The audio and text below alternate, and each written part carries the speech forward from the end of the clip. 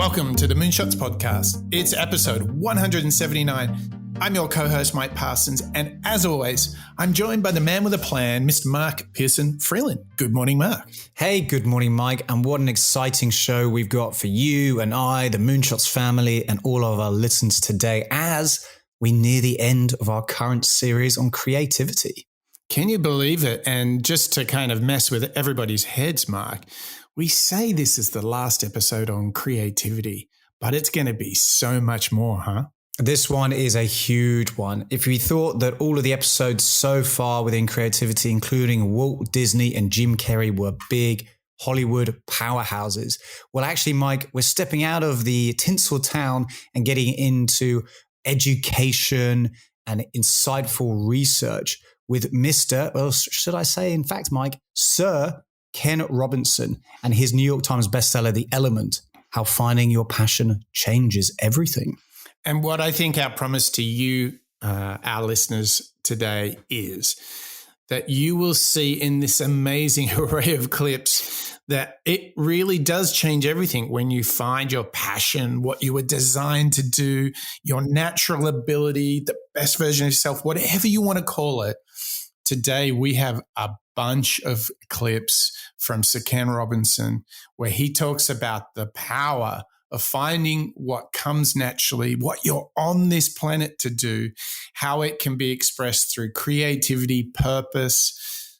It is so rich. It is way more than just an investigation of creativity. I think today is some mad combination of Elizabeth Gilbert, Simon Sinek, maybe a bit of Stephen Covey thrown in there just to like jazz it up. It is going to be so much fun, right, Mark? Yeah, there's a real blend of individuals and moonshotters within the work of Sir Ken, I believe. And as we go on this journey with you, our listeners, understanding and dissecting different ways of thinking and frameworks and approaches across all of our library of moonshotters, what you're really starting to see with Sir Ken Robinson is the culmination of a lot of those elements, Mike. I mean, we're starting to, like you say, run into different theories and frameworks that perhaps we've seen and understood, and now plugging it all together, we're kind of like inspectors, aren't we? Detectives putting together the secret sauce behind finding your element and passion. Oh, yeah. And it's going to be a one hot, spicy sauce today. You're so right. It's what we call the Moonshots model, right? The model of the recurring patterns of what successful, great, amazing people do. And we're just trying to bottle it up so we can learn how to do it, how we can learn out loud together with you, our listeners, so we can just really push it. We want to be the best version of ourselves. We're not going to just take the status quo. We're not going to have a fixed mindset.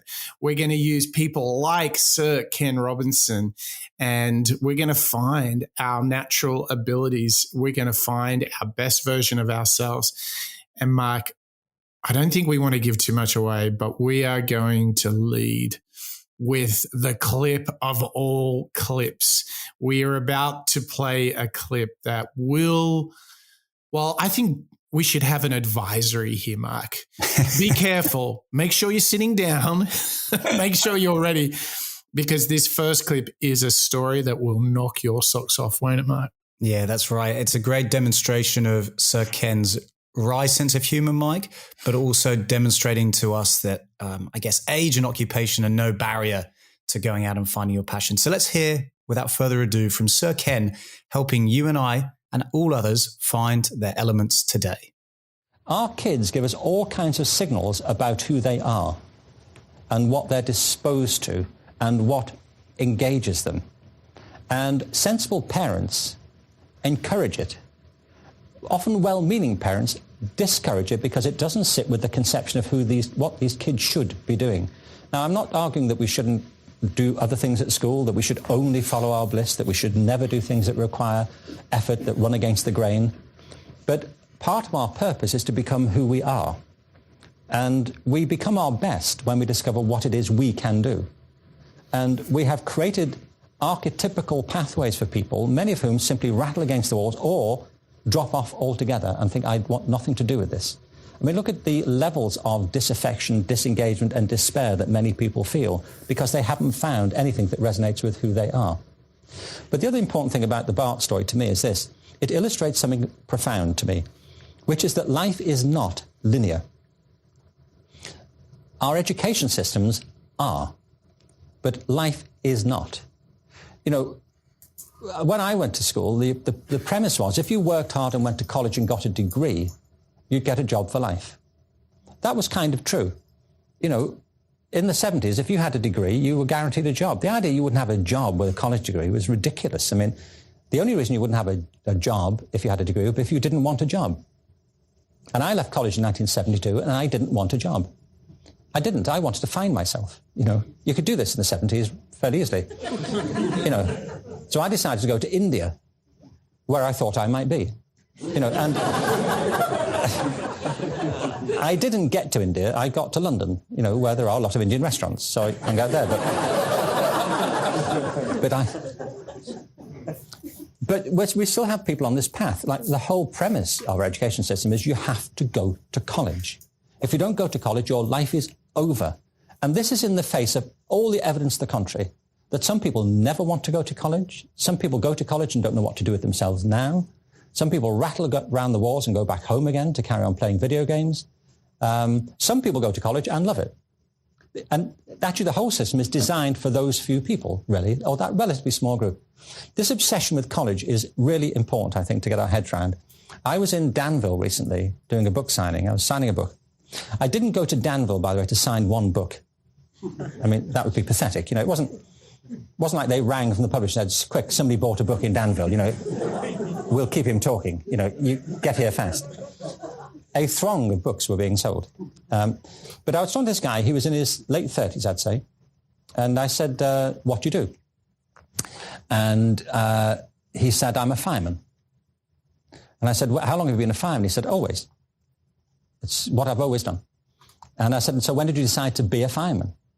He said, always. He said, I wanted to be a fireman from as soon as I got into elementary school. He said, actually, it was a problem because in elementary school, everybody wanted to be a fireman. You know, he said, but I wanted to be a fireman. And he said, so when I got to the upper secondary school, into high school, in the junior and senior years, it was a big issue because everyone was applying to college. And the school was saying, which college are you applying to? Everyone had to go to college. He said, and I didn't want to go to college. I wanted to join the fire service. And he said, I had this one teacher who ridiculed me in front of the whole class in the junior year. He said, you know, you will never amount to anything. If you're throwing your life away, if this is all you're going to do to go and join the fire service, he said, you could really do something. You could, you know, make something of yourself.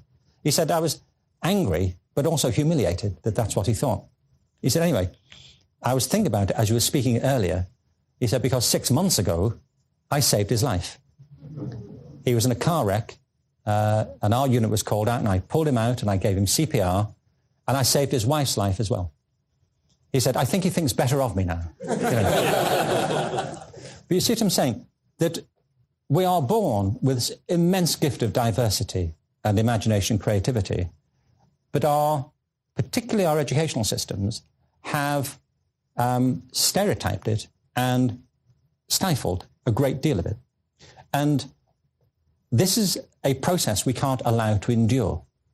So when people talk about getting back to basics, my argument is we should get really back to basics and say, well, what is it to be a person? What is it to be a human being? What kind of life do you want? What kind of life do you want for your kids? What kind of life do you want? I think that might, in fact, be the question that we're asking as well, Mark, don't you? I mean, it's a huge clip, you know. I mean, first of all, let's just take a breath, because what a charming speaker Ken is. So good, so articulate. You know, I think that great insight about life not being linear was a real hard-hitting truth, because a lot of us do expect our lives to follow a certain pattern. And when we do step back from that, you think, well, who told me that should be the pattern? Why should it be the pattern for every single one of us? But I think you're right, Mike. The big important question is that final one that we often ask ourselves. Maybe it's late at night. Maybe it's when we're doing our journals. What kind of life do you want? And I mean, where do we start?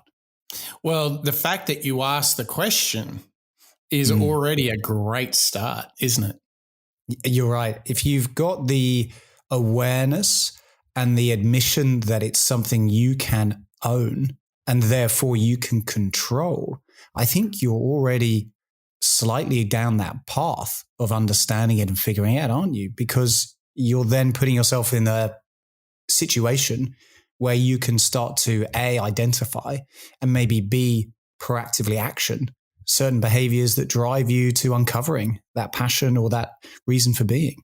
Absolutely. And I think what he goes on to do is tell one of the most powerful stories I have heard about listening to your heart, mind, your soul, about what you are designed to do and pursuing that. And I mean, how incredibly poignant and touching that the man who told him, you know, you're crazy, you're not going to amount to anything, he ended up saving his life doing the very thing that teacher criticized. And oh, by the way, saved his wife as well.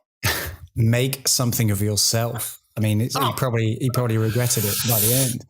I think it's a really encouraging story, isn't it? Yes. Yeah. Because it makes, for me, when I think about passion, finding a way, identifying what kind of life you want to live, not only, as Sir Ken would put it, is it orientated perhaps or controlled by some of the lessons you learn at school, and maybe it's influenced by your friends. What are they doing? Therefore, what should I be doing? I think your ego comes into that a little bit as well. And I think what's really reinforcing within that clip from Sir Ken just then about the firefighter, instead of him following that path, following his friends, following the teachers, and following that linear path that Sir Ken identified, instead he's saying, no, I'll just do what I want. I'm not going to be influenced by others. And I think that's such a nice stoic demonstration of following the gifts that you believe you have and the life that you want to go and live. And to then be in a situation where you do get not rewarded, but you are utilizing the skills that you've trained for and you end up saving someone's life. Isn't that a great reinforcement of making the right decision that's appropriate for you?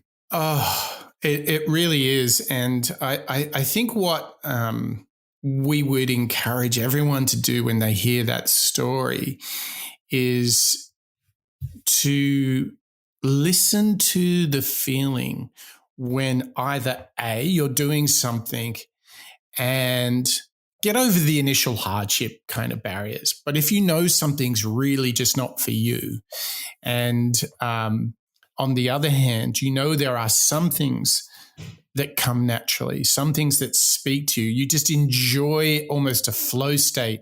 You just feel like this just comes to me naturally, and you're compelled and curious to it. You think about it even when you're not doing it. It's about listening to those signals, interpreting them, and having the capacity to say, what's my purpose? Why am I here? And how can I live today in line with that purpose? And I think this is the book. If you want to listen to those signals inside of yourself, if you want to pursue the question of purpose, what you were born to do, why you are here, and having the courage to go down that path, this is the book. Because I think for a lot of us, we might not know the path is there. And if we sense it, that path looks rather dark and murky, doesn't it? Yeah, well, because it's possibly a path that's untrodden, particularly when it comes to us in our lives. You know, the paths that are well-trodden are the ones that, again, our family maybe have gone down, or our friends, or well-known individuals in the media. So it feels a little bit more achievable. But you're right, Mike. When you start to think, okay, well, maybe I'll lean towards something I haven't done before. Oh, that is murky territory. It might be deep water. You know, beware the souls who go that way. So I think it's just a fascinating and really encouraging story there of somebody taking ownership and trying to be that best version of themselves. Totally. And before we play this next clip from Ken, where he starts to break it down, and we're just going to get into some serious learning together, I think I tell you who's on the right path, Mark. I'll tell you who's on the right track, who is prepared to go down the murky path of being the best version of yourself. And that is our members, right? Yeah, that's right. Our Patreon members who all receive that lunar-powered dose of good karma and the thanks, as well as the achievement of going down that murky path and learning the best version of themselves includes Bob and Niles, John and Terry, Niall and Marjolaine, Ken Dietmar, Tom and Mark, Marjan Connor, Rodrigo, Yasmin Daniela, Lisa, Sid, Mr. Bonjour, Maria, Paul, Berg and Cowman, Annette, David, Joe, Crystal, Evo, Christian, Hurricane Brain, and Samuela. I mean, Mike, every week it seems to get just that little bit longer and I get a little bit more breathless. It really does. And pretty soon you're going to have to take 3 breaths. Yeah. And we shouldn't forget that if you become a member, you get access to our Moonshot Master Series. If you're a member, if we hit 50 members, or what I should be more of a growth mindset, when we hit 50 members, Mark, we will launch our first merch. I'm talking tees and posters and all that kind of good stuff. But we got to get to 50. And I'm thinking we can do some cool stuff around the year of JFK's moonshot speech. Got some ideas there. I got some, when you think about shooting for the moon and the galaxy, you can imagine some cool stuff that you could do around that. Some nice gifts that you could give friends as well. So we're at 30. We need 50, right, Mark? Yeah, we're not too far away. It's going well. And I think, again, just thanks to our current members. And again, big shout out to all of the listeners who want to take part, not only in getting some good old merch and swag. I certainly, Mike, am looking forward to getting a Moonshot hoodie, particularly as Sydney's getting that little bit chillier for this time of year. Yeah. But I think getting access to all of our Master Series is a pretty good exchange. So do I. So go on to moonshots.io, click on the big members button, join up. I mean, it's the cost of 1 cup of coffee a month, and you can support us, help us pay some bills. B, you get a whole bonus show. 3, you get us to the tipping point of swag. I mean, this is something you got to do. So head over to moonshots.io and unlock the element and unlock how you might find your passion and change everything. But we can do that right now too. And let's do that with Sir Ken Robinson, really breaking down the thinking behind the element. The element was not intended to be a how-to book. Its intention really was to encourage a different type of conversation, because I believe that this is a powerfully important argument for several reasons. One of them is economic. We, I believe, make scandalous misuse of people's abilities, and we throw away and squander huge amounts of natural talent and passion and enthusiasm. And you can see the evidence of that everywhere. People are disengaged, detached, disaffected. But when people connect with who they really are, the whole story shifts. So it's also important for personal fulfillment, for people living a life that means something. I can't imagine why you would live a life, if you could avoid it, that didn't mean anything to you, and yet many people do. And it's also important for cultural reasons, for health and strength of our communities. So this book was about that, and it has quite a few things to say about education and why it is that education wastes a lot of people's natural abilities, and it does, but also why people get lost in organisations and why we can't afford to do that anymore. But naturally what people do say is, this is great, but how do I find my element? So the new book is about that. And I think it's a two-way journey. One of them is internal. In the end, you have to spend time with yourself and listen to the signals that you give yourself. People know the things they're drawn to, things they would like to do. Very often, I don't mean they always do, but very often there's things in our lives that we wish we'd tried and we've kind of turned away from it, or we're encouraged not to go there. there are obstacles or barriers that other people present to us sometimes. So part of it is living with yourself and listening to those voices and making a list of them, or if you prefer, a collage of some sort, but some audit of yourself. And maybe that's a meditative process for some people. But you can't avoid that inner journey. But the second is an outer journey. You need to try things.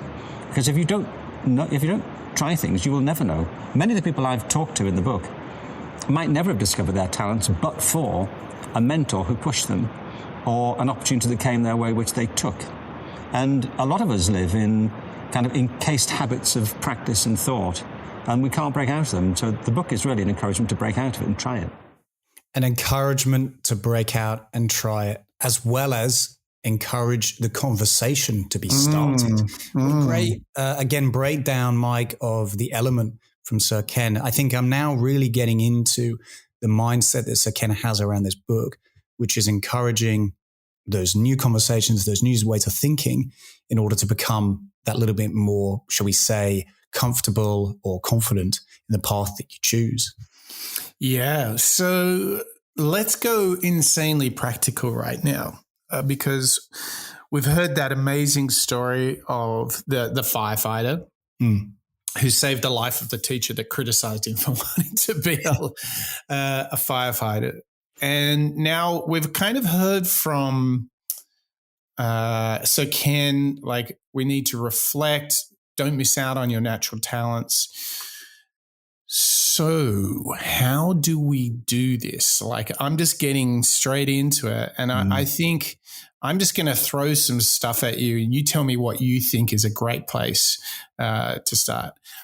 I feel like you need to have, some sort of checklist or assessment of where you are right now. I think you have to have the ability just to, like, I don't know, assess where you're at. Do you feel that you are resilient in the face of challenge?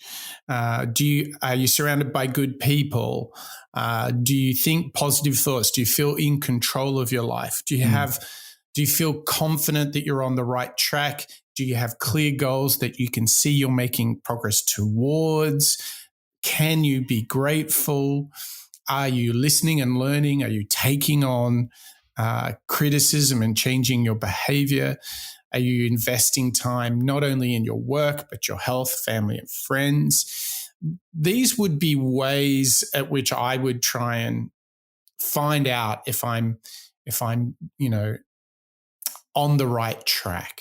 And then more specifically, then I would get into some like Myers-Briggs skills analyzer that will get you more into, what kind of person are you, and where might you find like a great fit in terms of a career or a lifestyle. I don't know. I'm just thinking, like, how do we actually embody what Sir Ken is talking about? How do we work out where we're at and ask ourselves, are we serving our natural talents? Are we pursuing our natural path, or are we sort of ignoring those signals? What do you think?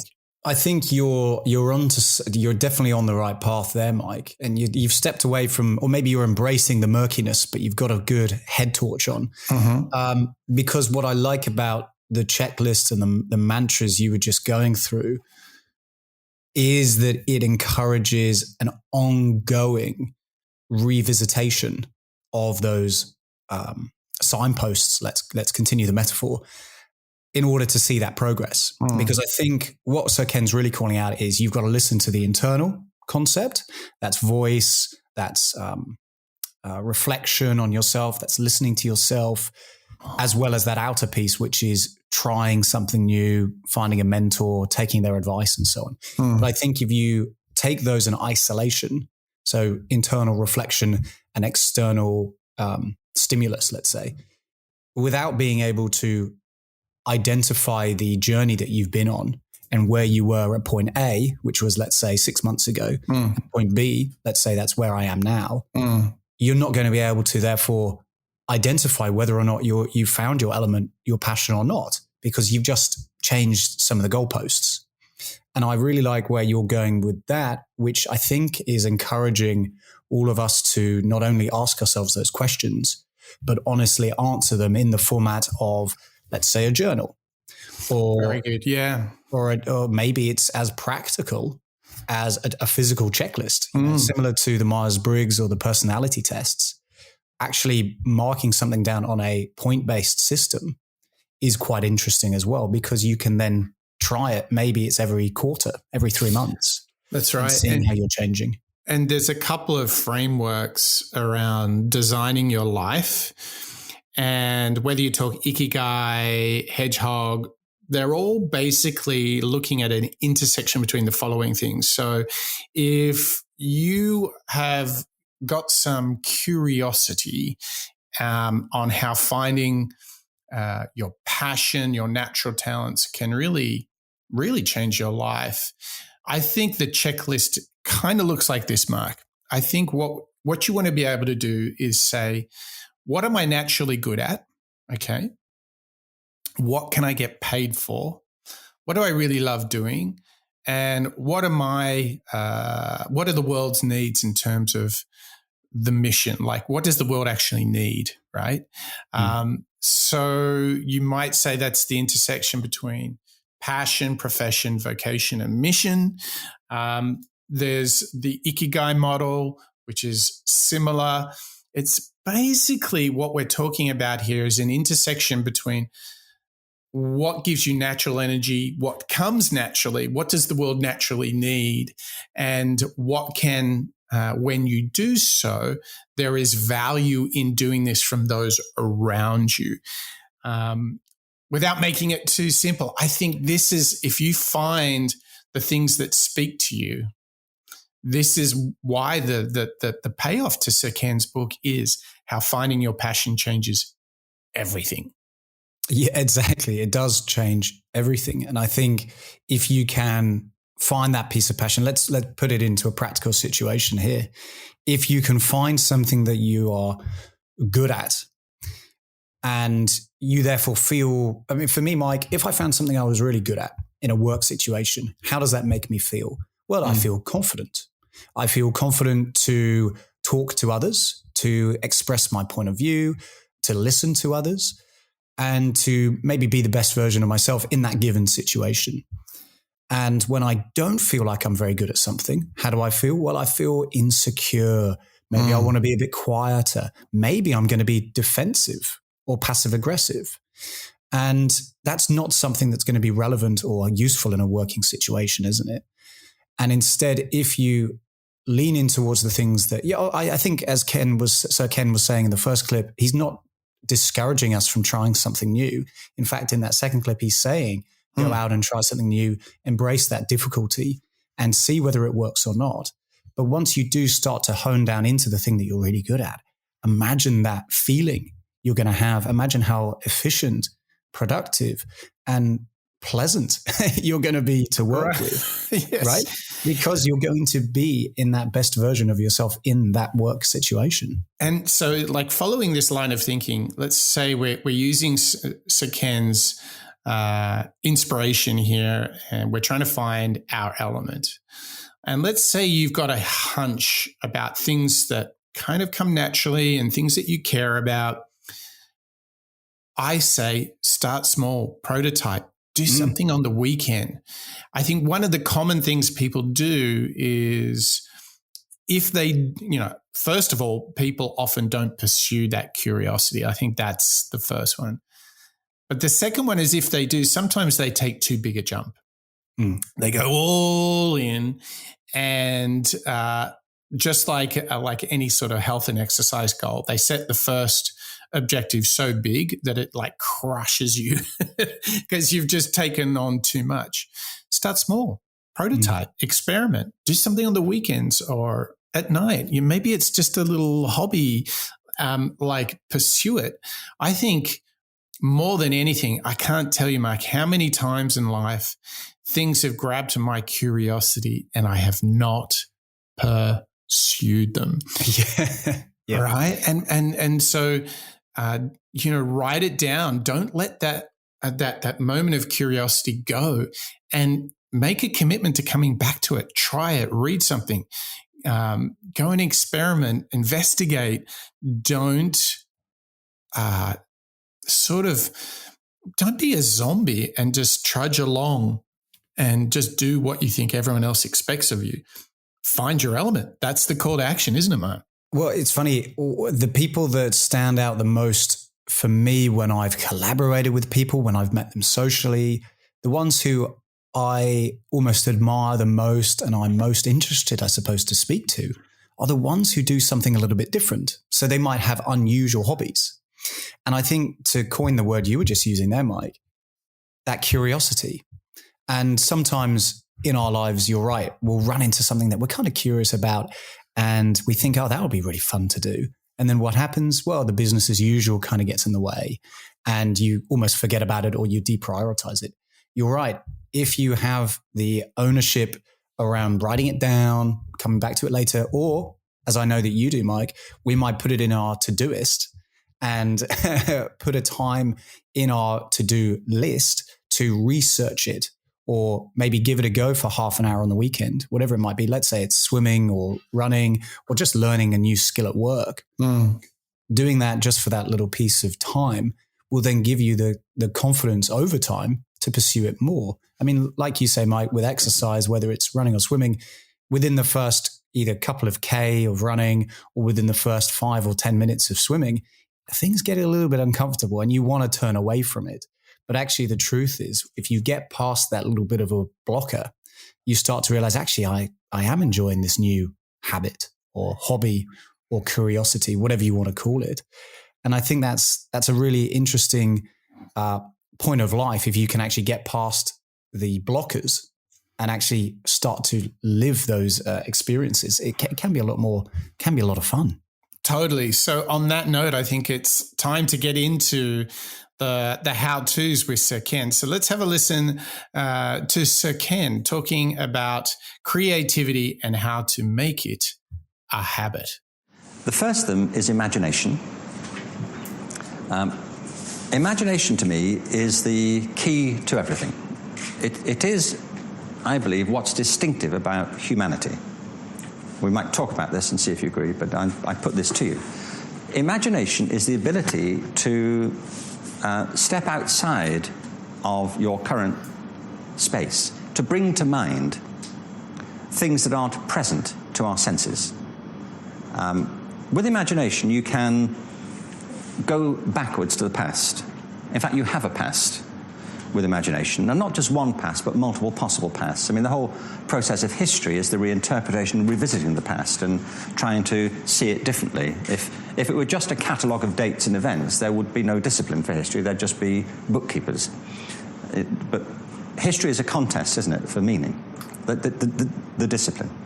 But you can also step outside your immediate way of seeing things and enter somebody else's consciousness, virtually. You can empathize with people. You can try and see things from their perspective.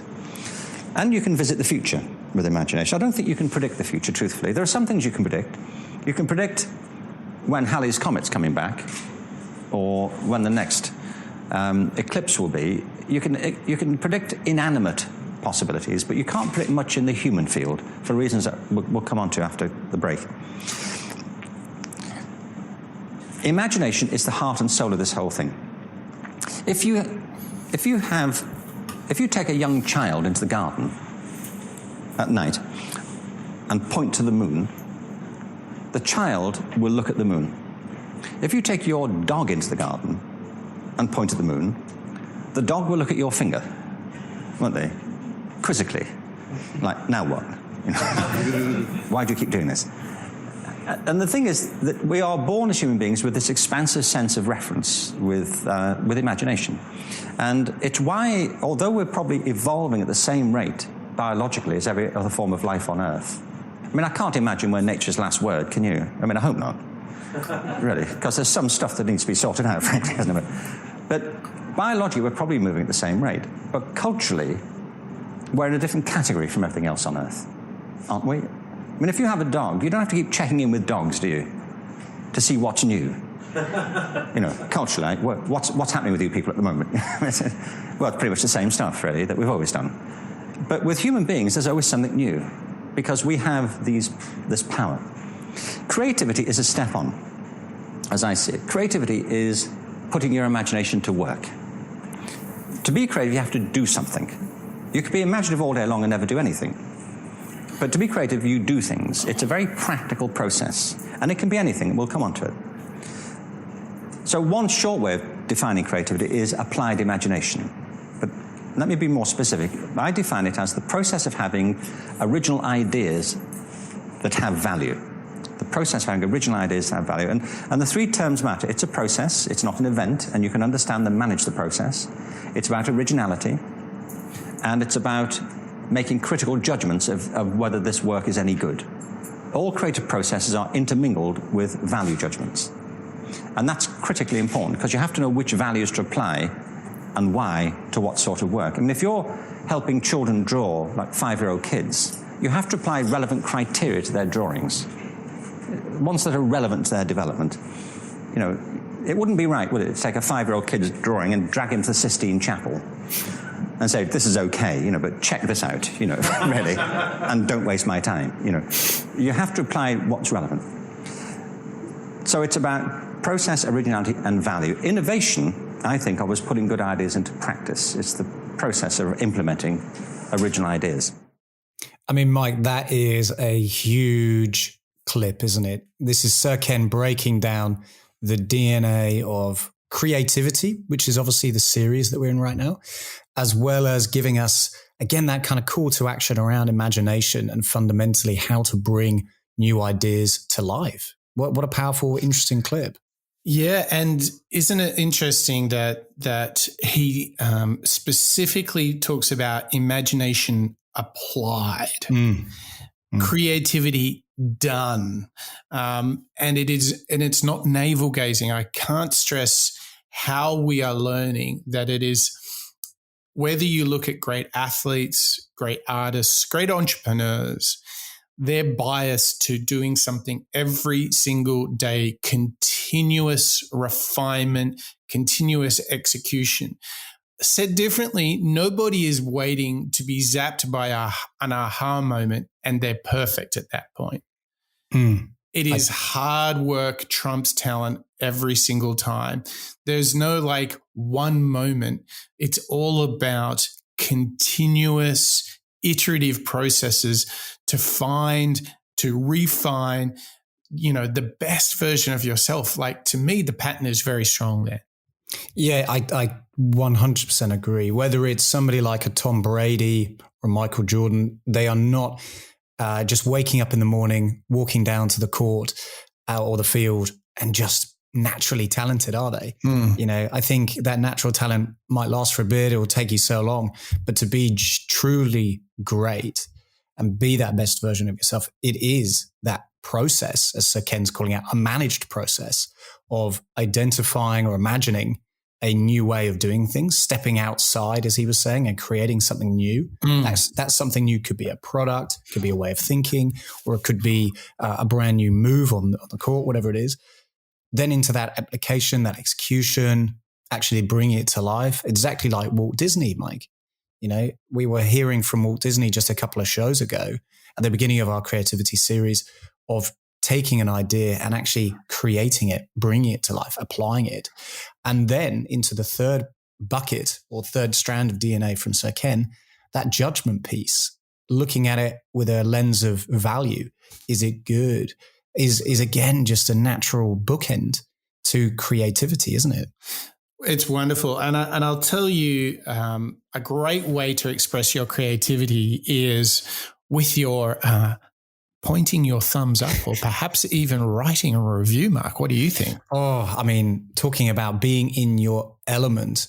If listeners and members want to get into their element and help the Moonshot Show continue to educate and learn out loud ourselves as well as our listeners from around the world, pop along, listeners, to your podcasting app of choice, Spotify, Apple Podcasts, and leave us a rating or review. Because, Mike, I mean, we've spoken about it before, but it's amazing how much of a difference that rating or review makes for the Moonshot Show getting out there, isn't it?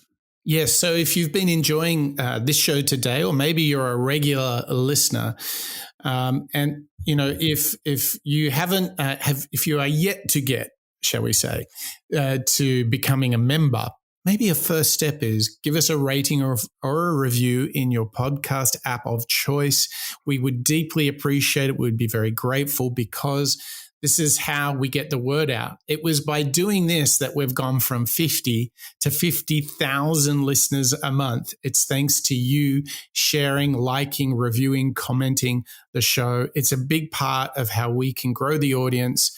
We can find more moonshotters who want to learn out loud together and be the very best version of themselves. So come on, if you're listening on that app right now, just flick the screen open, go in, hit the thumbs up, maybe type in a little review if you're on Apple Podcast app. We would so appreciate it. And it fills me with goodwill, maybe even a touch of love for you. So it's only appropriate that we talk about love and talent from the book of Sir Ken Robinson, The Element. And to do that, we're going to listen to one of our absolute favorites, which is Brian Johnson from Optimize. The nexus point of these two things, what you love and what you're good at. What you love and what you're good at. Right at that nexus point. If you love doing something so much, maybe you'd even pay to do it, and you're good at it. You have a talent for it. You put those two together, you have passion, you have the element. Sir Ken's idea is, look, we all need to discover our element, not only for our own personal fulfillment, but for the world. The world needs more people who have come alive by discovering this nexus point of what we totally love to do and what we're really good at. That's how we're going to be able to serve the world most profoundly. Now, I like to add a third little circle here often and talk about what the world needs and what it will pay for. So when we talk about how to discover our purpose, I love to lean into Jim Collins's work, who wrote Good to Great, Built to Last, and a bunch of other great business books. And he talks about something called the Hedgehog Concept, which is basically these three ideas. What do you love to do? Again, so much you'd pay to do it. Fires you up, time evaporates. It's just you doing what you absolutely dig. What are you good at? And Collins says, what are you so good at that you could in fact be among the best in the world at? Great businesses are focused on what they love to do and what they think they can be the best in the world at. I mean, Mike, you were touching upon a couple of these frameworks that Brian Johnson's touching on in that clip a little bit earlier, the Hedgehog Concept as well as Ikigai. I think really what it's coming down to is that the element, this passion, this nexus point of good and enjoyment of your life is really about finding flow, isn't it? It's finding a bit of mihai, csinksamihai, and the idea of being in your element, your focus of doing something that you're pretty good at and doing it to the best of your ability and just being in that moment of flow, isn't it? Oh my gosh. So we're on to some of my favorite topics right now.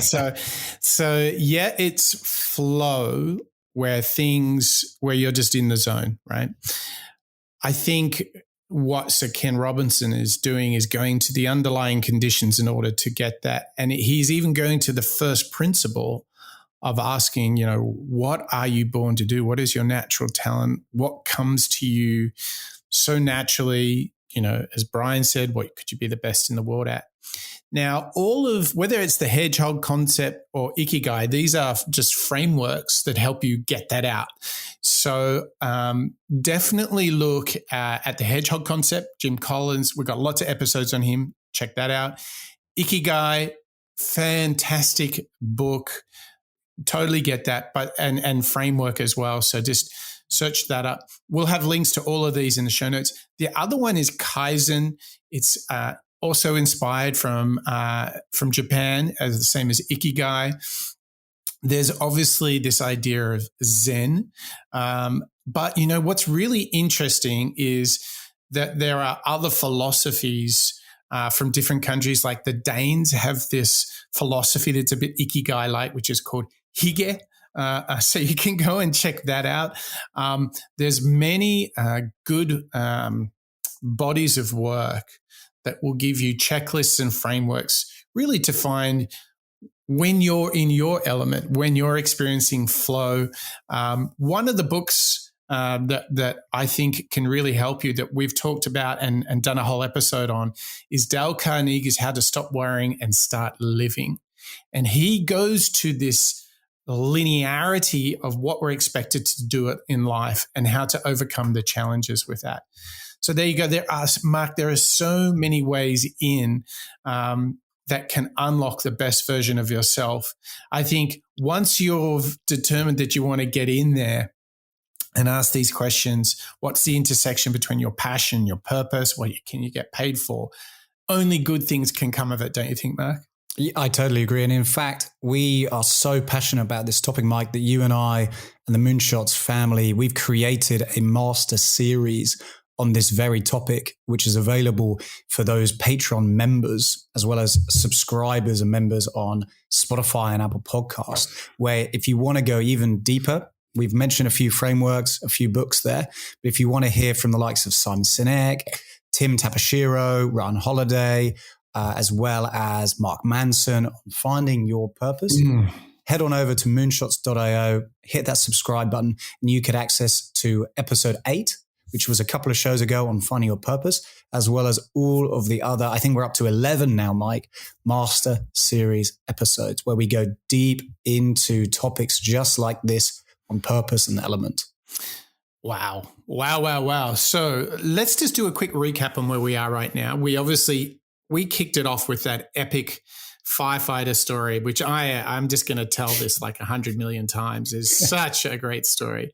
And really it was a story of someone who found their element. They pursued maybe that intersection between profession, passion, mission, and vocation. They found what they were designed to do in life.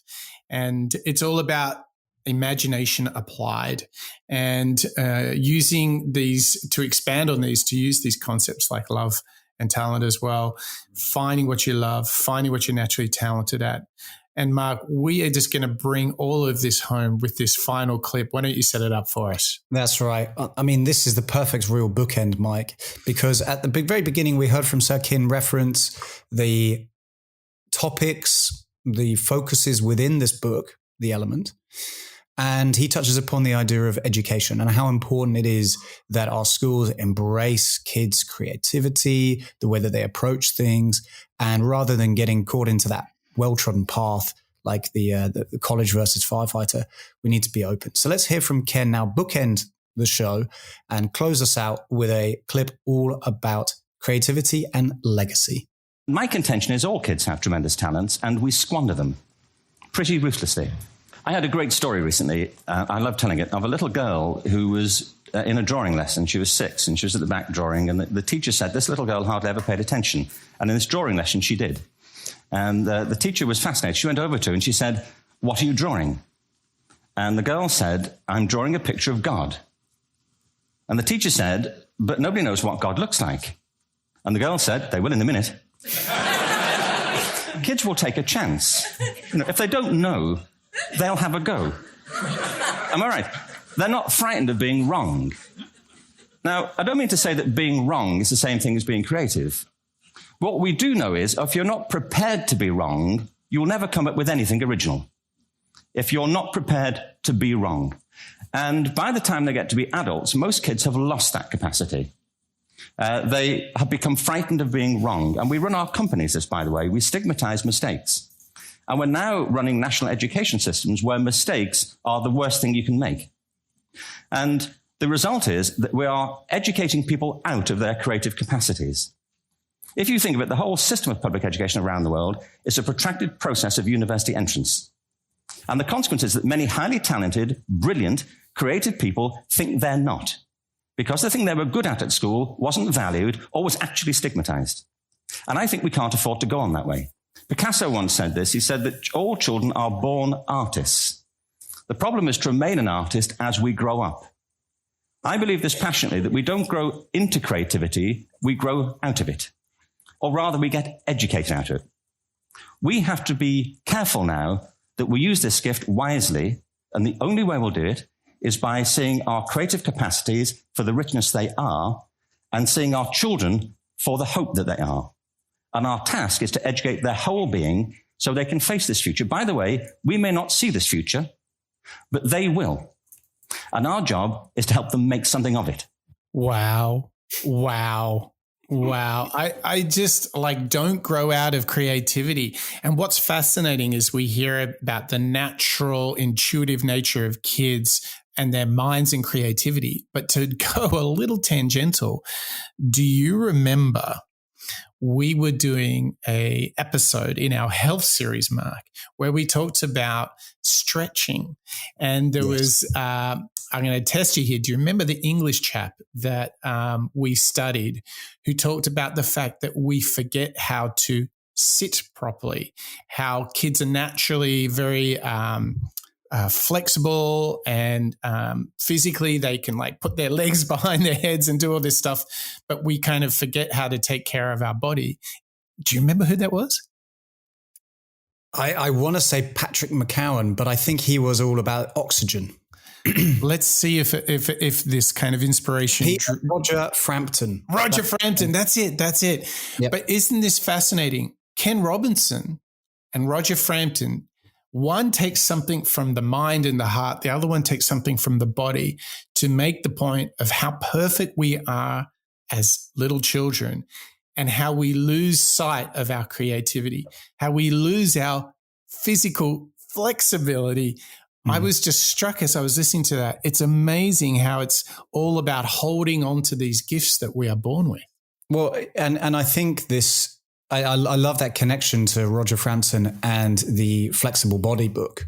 And I think you're totally right. Much like confidence, I think this connection that Sir Ken is making to creativity. So confidence, I mean, to try something new.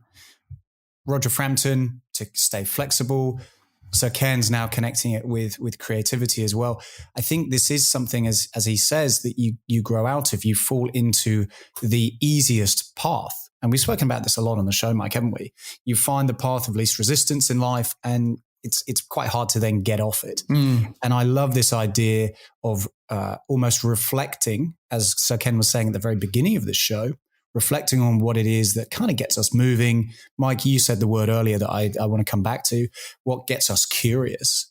And if you can identify those, reflect on them, and start to maybe lean towards them, then maybe you do start to fall back into that pattern of being a curious and confident individual who's a little bit more, inverted commas, childlike and willing to go and take those risks. Totally. And, for me, that holding on to that creativity you had as a kid, to me, that is just such a strong wake-up call that we need to go back to this essence. Ken calls it the element. This is where the truth is. And it's like we just kind of strayed from it, right? And what Ken's book does is it brings us back to it, just like Ikigai, just like Kaizen, all those, the Hedgehog framework, all of these things are means to get back to your essential element, your essential self. How powerful is that? Enormous. And I think it's really in line with that key moonshots concept, mantra, way of thinking, Mike, which is to go out and give it a go, challenge the status quo, take ownership of what it is that you go and do. And for me, that final clip there, which is encouraging us to not grow out of curiosity and not be afraid to try something new, kind of reminds me of some of the big people we've had that we've covered on the show, including somebody like Elon Musk, whereby unless you're willing to give it a go and maybe to be wrong, you're never going to know whether that way of thinking is right or not. So like the girl in that final story of drawing the picture of God, hey, great, give it a go. It doesn't matter. It's the first time that you've done it. And again, it reminds me of Elizabeth Gilbert with Big Magic. No matter whether it's been done before or not, it's going to be the first time that you've done it. Yeah, really powerful, isn't it? So much inside of this body of work almost wraps around a lot of the moonshots model, the moonshots thinking. It touches upon everything from purpose to creativity, designing your life. What a wonderful body of work from Sir Ken Robinson, The Element, huh? I think it was a perfect bookend to our creativity series. He's really proven that you don't have to be in a particular part of your life. You can be a child, or you can be a little bit more mature. You can be in any occupation. Creativity is something that, as long as you have the ability to follow that process of imagination and application and judgment, I mean, it's kind of encouraging, isn't it? That's really what I'm taking, Mike. Yeah. And which of the little nuggets that we discussed today have stuck most for you? Well, you know what? I think the firefighter story is just too good. I think just that classic insight that somebody has strayed away from the path, giving it a go because they're passionate about it, and hearing that it's been successful, that for me is a kind of fist pumping moment almost. What about you, Mike? Which nugget are you taking away from today? I mean, I love Ikigai, Kaizen and Hedgehog, but I am with you 100%, Mark. The firefighter clip was a barnstormer. I mean, I almost, just as a side note, production meeting right now, we should do like 5 clips from, the 200, when we get to our 200th show or something, we should do 5 clips that are the best 5 clips out of what would have been over 1,000. And I think the firefighter one is right there. Oh, yes. I think I agree. Maybe even coupled with a clip from Matthew McConaughey on turning down the the jobs as well. Oh, yes. And maybe we do it live and in video, so people have to put up with our ugly faces for one time out of 200. Well, there you go, listeners. Yeah, you're hearing us come up with ideas on the fly. So let us know if you agree. All right, Mark. Well, listen, thank you to you, and thank you to you, our listeners and our members, because today was show 179, where together with Sir Ken Robinson, we looked at his book, his tome, The Element. What a book indeed. And the story started with the clip of all clips, the firefighter who followed his path despite all of the humiliation and ended up saving the life of one of the people that humiliated him. Wow. And behind that is this idea from Sir Ken Robinson that life is not fixed. It is all about a growth mindset, to find your element, to find your passion and your purpose. And the way you do that is imagination applied. And as you go throughout that journey, you can use all sorts of great tools to find your love and your talent. Ikigai, Hedgehog, Kaizen, you name it, whatever it takes to find the intersection of what you do and what you love, to unlock your talent and make sure that you go back to that inner creativity that you were born with as a child, because therein is the best version of yourself. And we are all about learning out loud together on how each and every one of us can find what we were born to do, our essential talent. That's it for the Moonshots podcast. That's a wrap.